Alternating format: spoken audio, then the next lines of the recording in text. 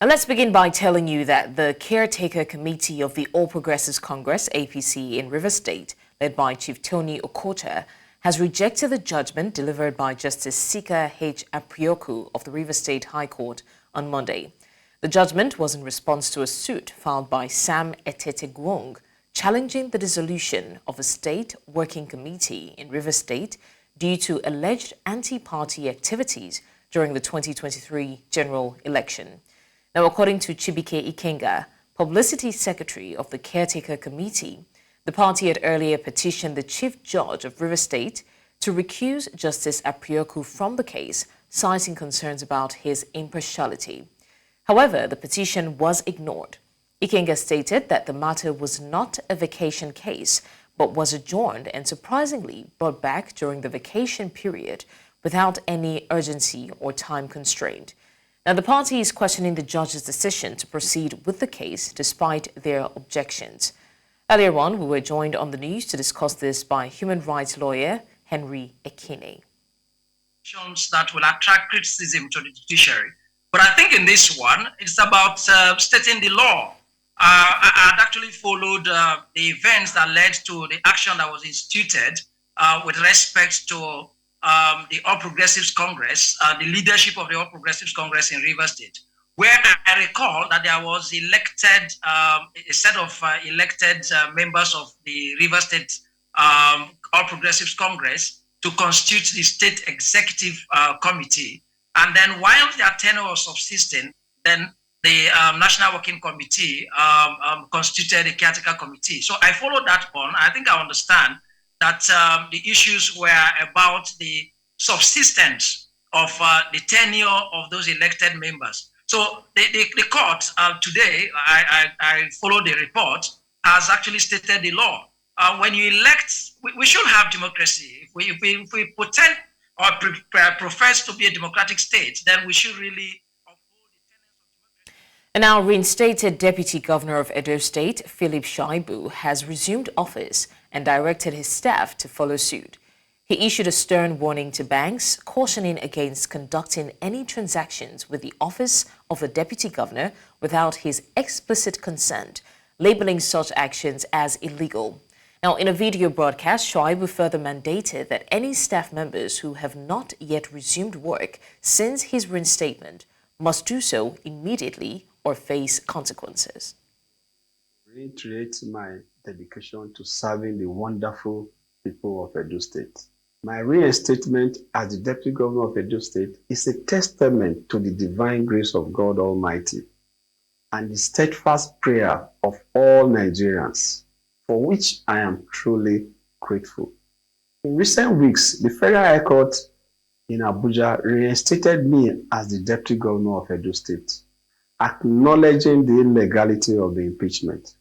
Upon my arrival in Benin, a tragic event occurred as an assassination attempt was made on my life.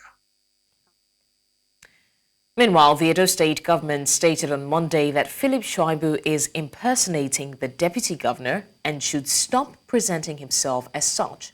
Commissioner for Communication and Orientation, Chris Nehikari, noted that Shaibu is not the Deputy Governor of Edo State, and any correspondence from him in that regard should be disregarded and considered a forgery.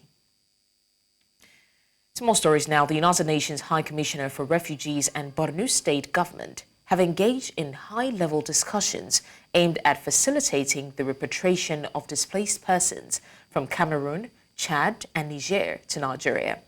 This was when delegation of the UNHCR visited Borno State Governor at the State's Council Chamber in Maiduguri. News Central's Umoru Kirawa completes the report. With the substantial return of peace in most communities that were hitherto insecure in Borno and the fringes of the Lake Chad, so many displaced persons have been resettled.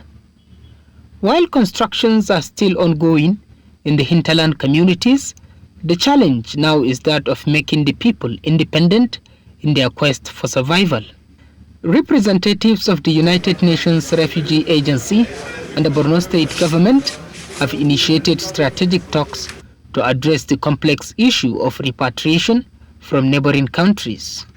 Our responsibility, our mandate is to support government in providing protection to refugees, but also to internally displaced persons and to find solutions. Our main request is one: government has to take ownership. If anybody who does not want the state government to take ownership, then we want to maintain our dignity and convey a message to this organization that we thank you very much, we are okay, and we don't need such interventions. A paradigm shift towards sustainable development, focusing on rebuilding communities and providing socio-economic support is part of the strategic talks. The sustainable response goes beyond the initial humanitarian assistance that has been provided. What we have seen here in Borno, but in a number of locations, is the fact that the humanitarian assistance has continued for a long period of time. And because of all the crises that are occurring around the world, we have seen less and less, and we have been able to mobilize less and less of these humanitarian resources, and that has had an impact on populations. And we have resolved all issues that henceforth we shall work together in synergy. We shall do a joint planning mission, joint monitoring and evaluation mission, so that we shall have value for money on what UNHCR is doing. This comprehensive strategy aims to not only facilitate a smooth return, but also to support lasting stability and self-sufficiency for the affected populations. In Maiduguri for News Central, Umaru Kirawa. Now joining us on the news to further discuss this is Dr. Musa Usman, a communication expert. Thank you so much, Dr. Musa Usman, for joining us. Dr. Usman, now Borno State Governor Babangida Zulum has said that approximately 1 million displaced persons are set to be resettled. And he also reiterated his commitment to help these displaced persons be repatriated with dignity and comfort, emphasis on comfort. Now, do you think that the country has what it takes to get them comfortably settled back in? Yes, I believe the Borno State government has done a lot in terms of resettling these refugees who have crossed the border into neighboring countries. A lot of investments have been made in terms of providing shelter, in terms of restoring civil authority, in terms of restoring markets, schools, and other public service institutions. Investment has been made, restructuring has been done. So I think what is basically necessary now is for the United Nations High Commission of Refugees and the federal government to support the Borno State government to settle the the refugees in the communities. It's not going to be easy for the state government to do it alone, because there are thousands of people that actually cross the border into Niger and parts of Cameroon that need to be brought back home.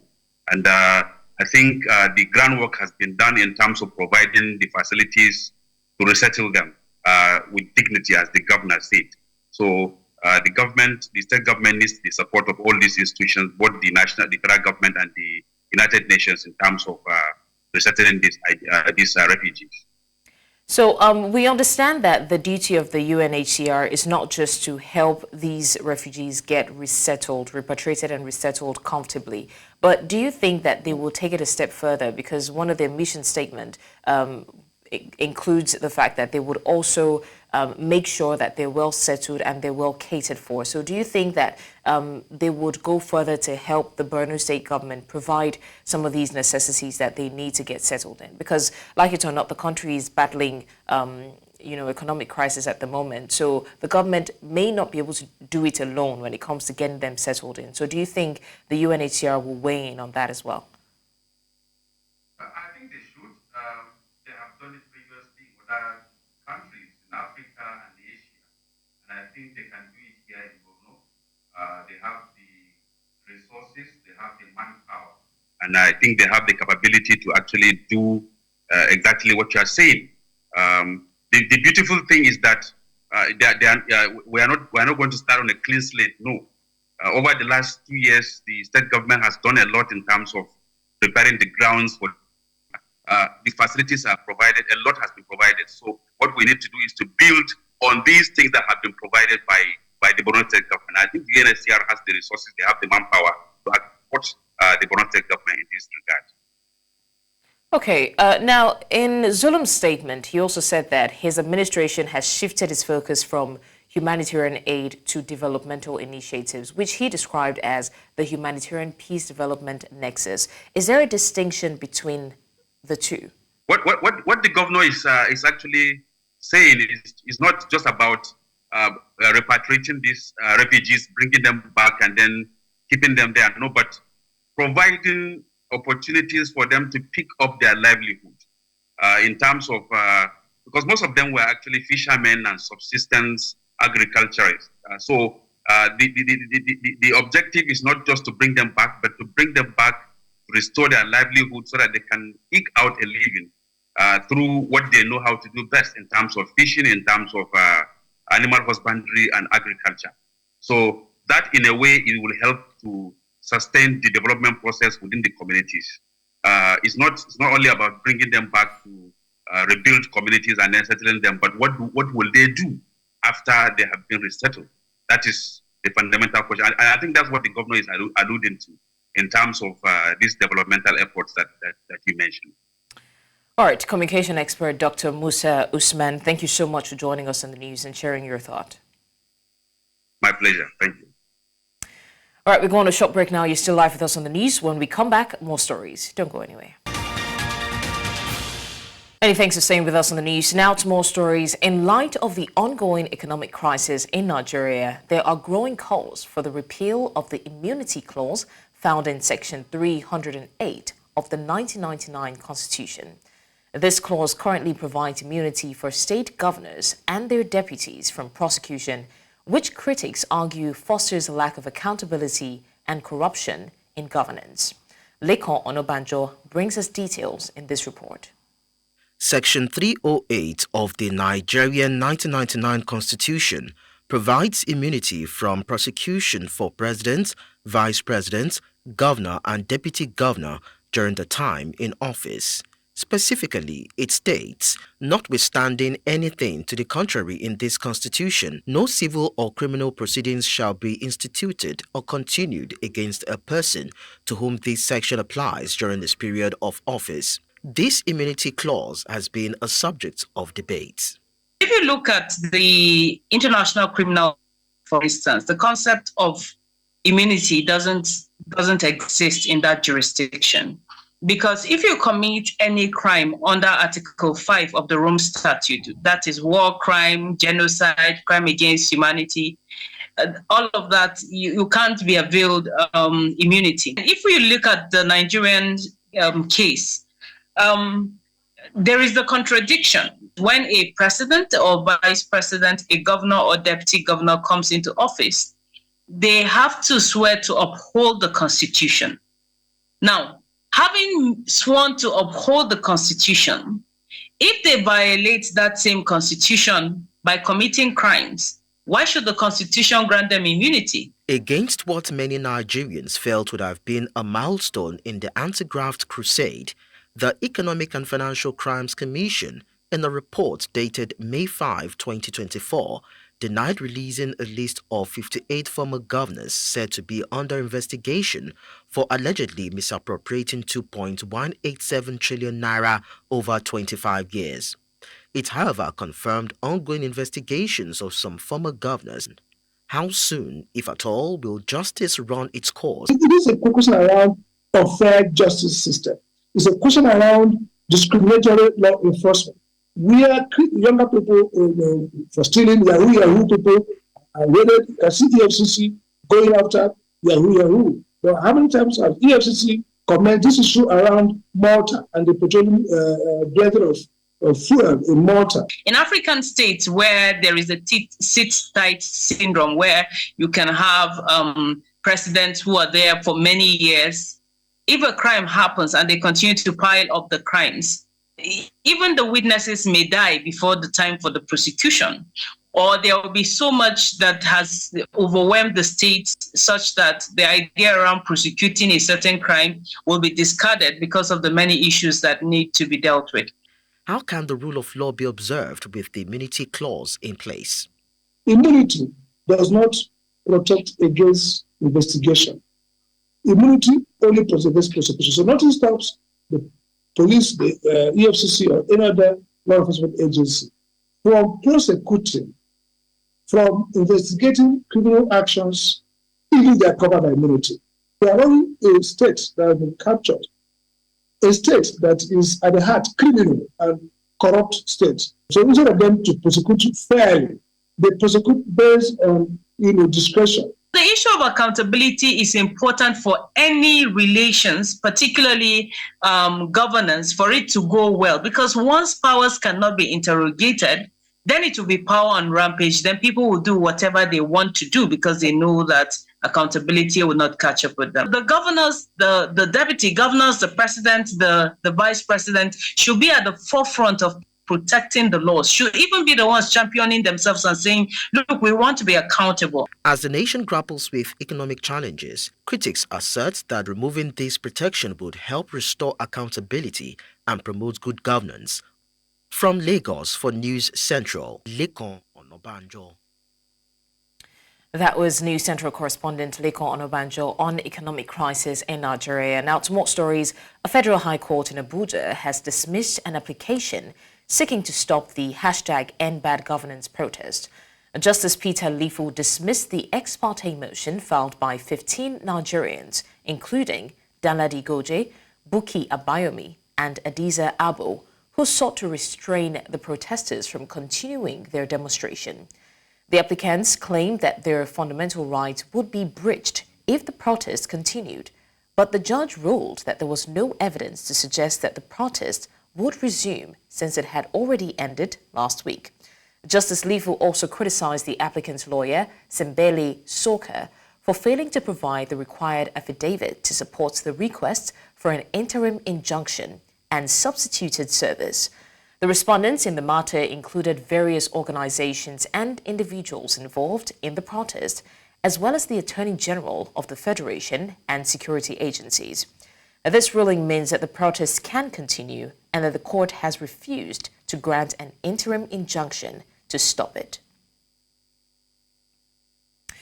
In August of 2021, the Indigenous People of Biafra group, IPOB, declared a Monday sit-at-home in the southeastern state, including parts of Rivers State, as a way of demanding the release of its leader, Nnamdi Kanu, who is standing trial for treason at the Federal High Court, Abuja.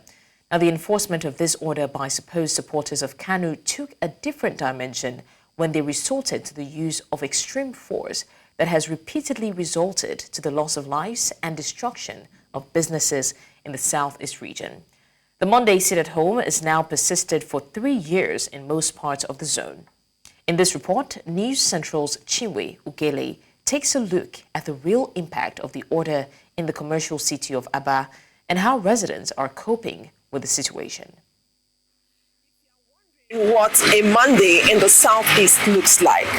Aba is a typical example of what you can see in some major cities in the southeast, where shops and markets are closed to customers. Market in overseas, no cool market, you don't buy in a market. Across the borders, what will be problem for an Igbo? He said, I sit at home, sit at home a day. Me, I don't see market I buy. I don't know what I could do. Money, I don't pay transfer to money, plenty money, I don't come for Igbo. He said market, you know. Before August 2021, Monday was the most important day in the southeast zone for commercial activities, mostly in Aba, Abia State, and Onitsha in Anambra State, due to the volume of business transactions that are carried out on this day. Today, the opposite is the case.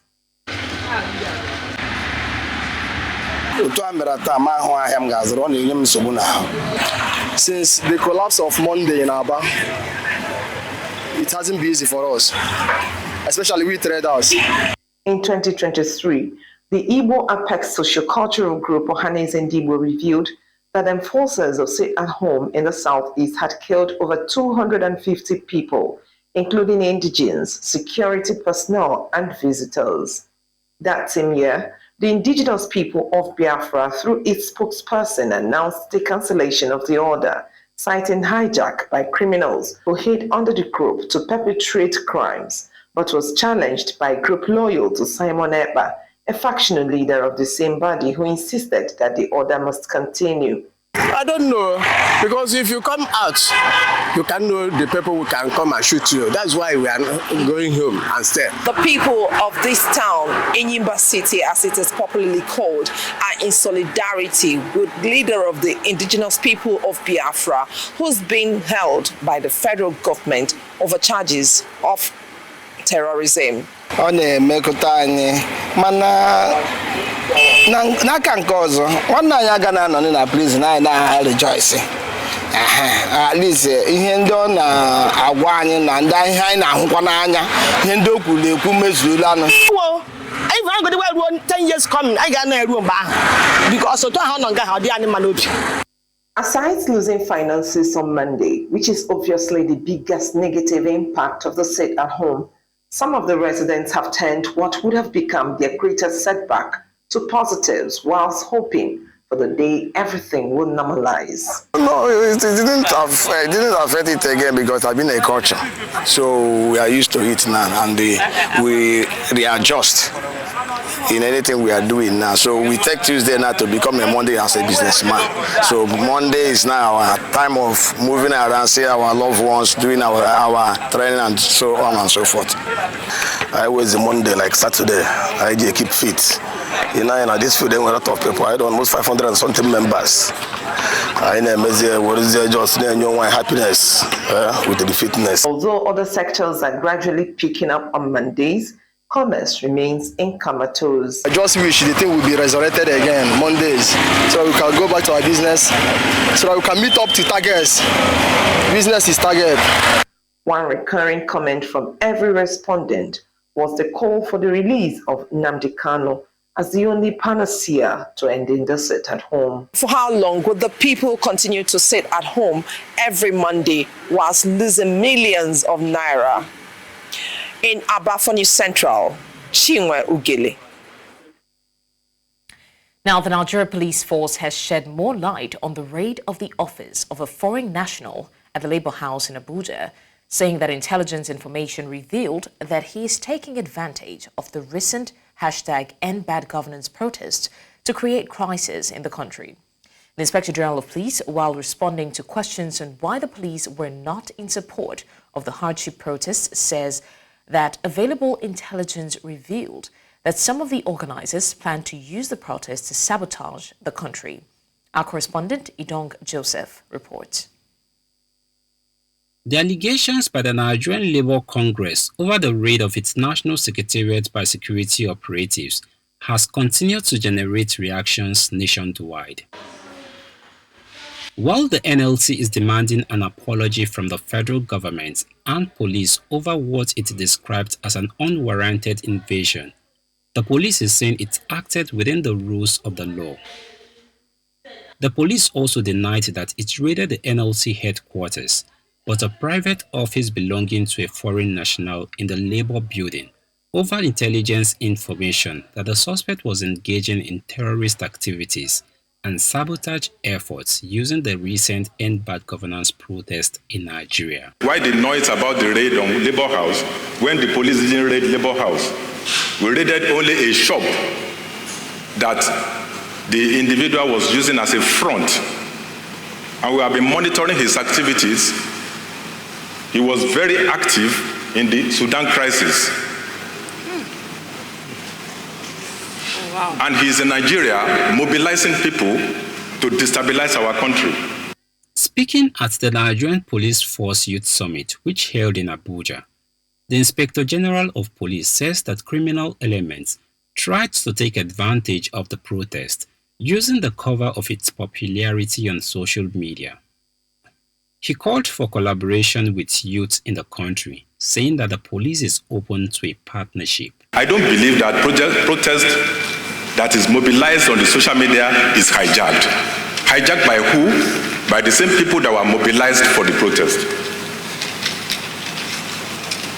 So our experience in previous protests would not make the police to want to take part in any protest that we know is going to be violent.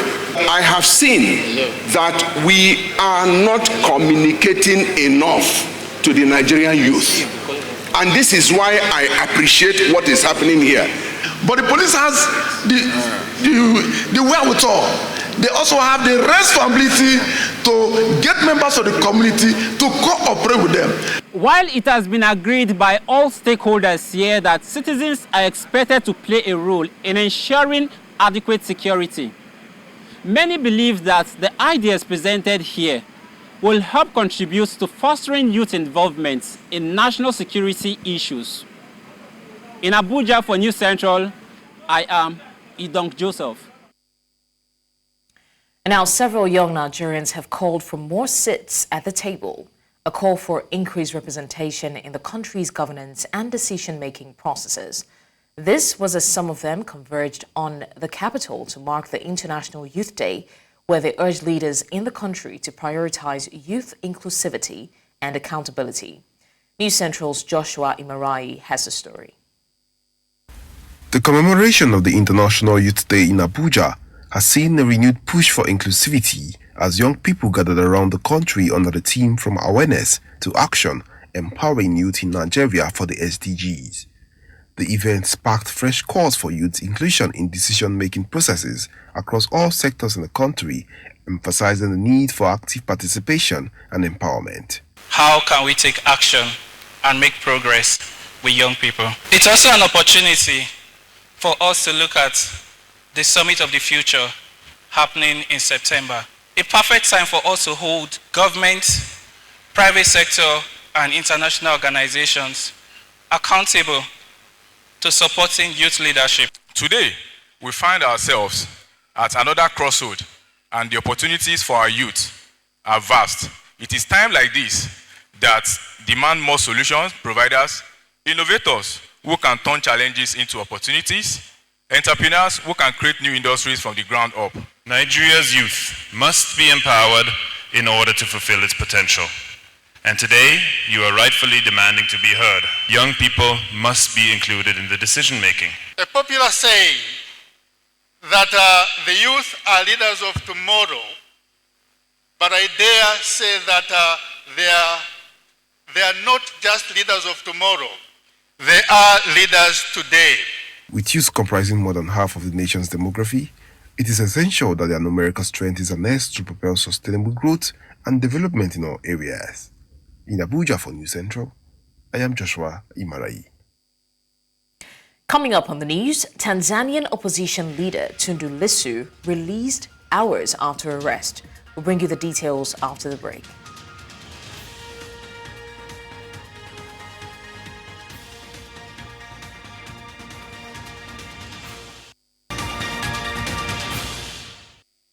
Many thanks for staying with us on News Central now. Senegalese Prime Minister Usman Sonko has paid a surprise visit to Mali, which recently cemented a breakaway union with fellow junta leader Sahel nations Niger and Burkina Faso. The trip is Sonko's first official visit to a country belonging to the Confederation of Sahel States, all of which are led by army strongmen who took power in coups. It was set up in July as a rival to the Economic Community of West African States, ECOWAS, original bloc to which Senegal belongs. At the meeting with Mali junta chief Colonel Assimi Goïta, Sonko said Senegal and Mali were united in their realities, but that he requires them to continue to cooperate on all levels. Tanzanian opposition leader Tundu Lissu, others released on bail after holding them for hours to thwart their rally. The Chadema leaders were arrested in the southwestern city of Mbeya, where the party was due to hold a rally on Monday to mark International Youth Day. Chadema's Director of Communications and Foreign Affairs said that around 500 youth supporters had also been arrested by police as they were making their way to the Mbeya gathering and were being escorted back home. Tanzanian police had announced a ban on the Chadema youth gathering, accusing the party of planning violent demonstrations.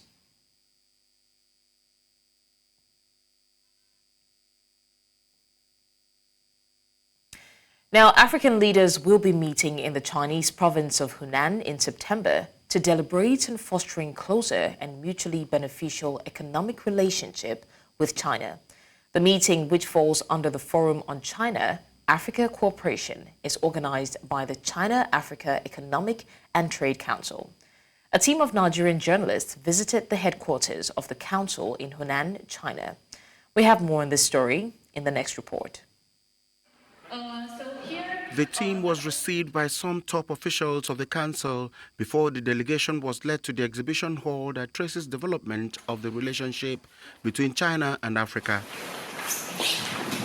Hunan province, with a population of about 70 million, is located in central China.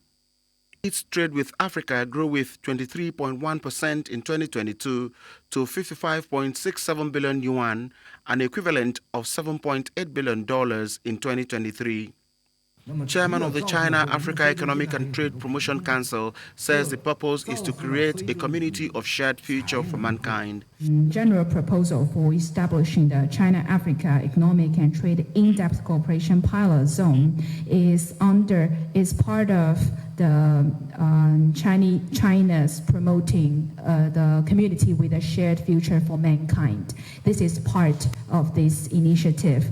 And because economic and trade cooperation serves as a fundamental benchmark or fundamental thing for boosting the bilateral cooperation of countries. And under the community with a shared future for mankind, it will not only boost the economic development of African countries, but also will improve the livelihood of the African people. He highlighted that China is committed to supporting African countries more in the manufacturing sector, an area it holds high comparative advantage over the nations. The manufacturing industry is not well functioned or well developed in African countries, and you want to create more jobs, you want to do the local production. So these issues has already occurred during the bilateral cooperation, and we hope under the guidance of the general proposal, we can solve these issues for boosting more efficient economic and trade cooperation. A member of the delegation raised a concern on the trade bottleneck between Africa and China, as transactions cannot be completed without a currency broker, which the US dollar has become. In response, Mr. Xiang Ping explained that the currency swap deal between Nigeria and China, signed in 2018, is still being considered for implementation after initial delay due to poor understanding of the value. Now this meeting has ended. Next is the Forum on China-Africa Cooperation, holding in September. Leaders of the 54 countries in Africa are expected to converge on Hunan to deliberate on enhancing the shared value of the blocs.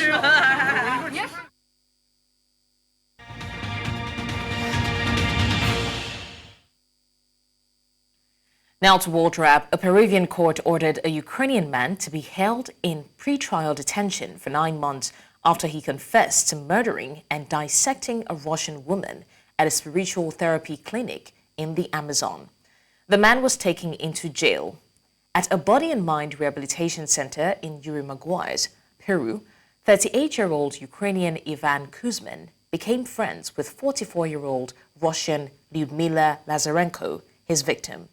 The description of the place states that the international guests were friends visiting at Do Mundos, a center that practices body and soul healing rituals. Witnesses informed the prosecution that the attacker was discovered utterly deranged and holding a knife in the Russian citizen's room when he was apprehended. The body was cut into pieces. Now, Interior Minister Gérald Darmanin announced on Monday that France is deploying 180 firemen, 55 trucks and a helicopter to Greece to assist in battling wildfires. The announcement followed the European Union's announcement that 4 nations, including France, would provide aid at Greece's request as it battles a major wildfire raging across the suburbs of Athens. Later on Monday, the French backup will be sent out. Strong winds have pushed a wall of wildfire flames closer to the Greek capital, forcing thousands of people to flee their homes in the area surrounding Athens, including the ancient town of Marathon. Now, senior representatives of the South American bloc, Mercosur, and China resumed talks with a view to deepening their relationship. The The meeting is at the request of Uruguay, the country pro-tempo president of the bloc and promoter of a free trade agreement with the Asian giant. The meeting was attended by delegates of equal rank from the 4 founding countries of Mercosur: Leopoldo Chores, Argentina, Maria Laura de Rucho from Brazil, and Patricia Frutos from Paraguay, as well as Chinese Vice Chancellor Yua Chunying. Now founded in 1991, Mercosur is the main recipient of foreign investment in South America and has a GDP of $2.86 trillion. In the last half of 2023, China was the main destination for Mercosur exports and imports, according to the most recent statistical report from the bloc's secretariat.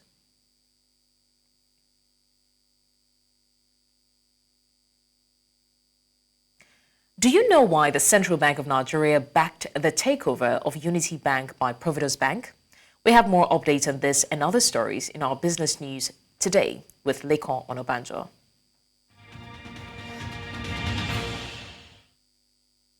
The Central Bank of Nigeria, CBN's decision to back the takeover of Unity Bank by Providus Bank was driven primarily by concerns over the potential impact of the bank's collapse on the northern region of Nigeria. This is according to new information on the merger. Sources familiar with the matter disclosed this, stating that the Apex Bank deems Unity Bank too crucial to fail, given its role as the primary financial institution for numerous states and local governments in the north.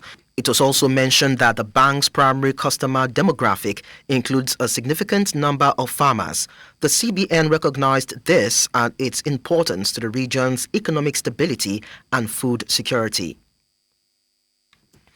Nigerian refineries, including the Dangote refinery, have raised their domestic crude requirements for the second half of 2024 to 597,700 barrels per day from 483,000 barrels per day in the first half, the national oil regulator said, despite tight domestic supply. The Nigerian Upstream Petroleum Regulatory Commission was only able to help secure 177,777 barrels per day from oil producers in the first 6 months of the year, way below what the refiners had asked for, it said in a statement released. The NUPRC said oil producers could not satisfy the demands because some had operational challenges, while others pledged most of the output to traders who financed drilling. Dangote Refinery has accused the Nigerian Upstream Petroleum Regulatory Commission of failing to enforce a law that requires oil producers to supply domestic refiners, saying in a statement that this laxity in enforcement has been raising its operational costs. Recapitalization would not be necessary for more than half of Ghana's 23 banks. This is according to the World Bank, which said that most banks have fulfilled over 2/3 of the mandatory recapitalization within a year, which is anticipated to be finished in 3 years. The Bank of Ghana expects that early completion of recapitalization efforts will lead to more resilience in the banking sector and position it to provide stronger support for real sector recovery. It added that banks affected by the domestic debt exchange program in 2023 continue to implement their approved capital restoration plans in line with the Bank of Ghana's requirements. The Bretton Woods Institution's 8th Ghana Economic Update also revealed that the banking sector is stronger and better capitalized than during the DDEP with higher profitability. However, there are some emerging risks. And that's all on business news. Many thanks for watching. I am Lekon Onobanjo. You're still live with us on news. We're going on a short break now. When we come back, onto sports. Stay with us.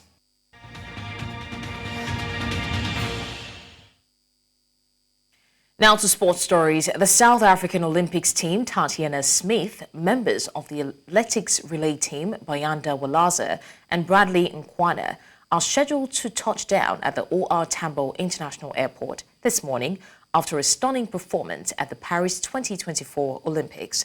Tatiana won 2 gold medals and 2 silver medals in breaststroke swimming. Although she announced her retirement at the Paris Olympics, South Africa also secured a historic silver medal in the 400-meter relay with a team comprising Bayanda Walaza, Bradley Nkwana, Sean Maswangani, and Akani Simbine. The Minister of Sport, Arts and Culture, Gaten McKenzie, along with fans and other dignitaries, are present to welcome the trio. We are very proud, very glad that he was able to get to such level. Representing South Africa at large, we feel genuinely blessed. We feel genuinely successful because of Bayanda. Bayanda is a beacon of hope for especially the marginalized folks that will look up to him to see that everything is possible. I was overwhelmed, very happy, but unfortunately, what happened to him, nobody can tell. Yeah. Still in sports, Barnsley has signed Nigerian midfielder Kelechi Nwakali from Portuguese club GT Chavez on a 3-year contract for an undisclosed fee. Nwakali, who was named MVP of the 2015 FIFA Under-17 World Cup, expressed his desire to prove himself at Barnsley, a club he was first linked with 2 years ago. The Nigerian international has made 4 senior appearances for his national team. After leaving Nigeria in 2016 to join Arsenal, Nwakali endured several loan spells before departing the Gunners in 2019. He subsequently played for Spanish club SD Huesca and Ponferradina before moving to Chavez last year. And that's all on the news at this hour, but before we go, let's take another look at some of our major stories. Now, we told you that Rivers State APC Caretaker Committee Chairman Tony Okocha rejects court judgment on his sack, heads to appeal court. We also did say that Senegal Prime Minister Usman Sonko, on first official visit to Mali, seeks to mend ties with breakaway Sahel states.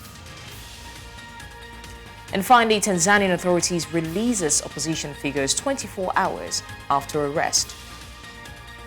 Send your eyewitness report to the WhatsApp number on the screen. Also follow us on social media. We are at News Central TV. You can watch News Central live on DSTV channel 422, Star Times channel 274, Avo TV, and YouTube. Many thanks for watching. I'm Blessings Mosugu.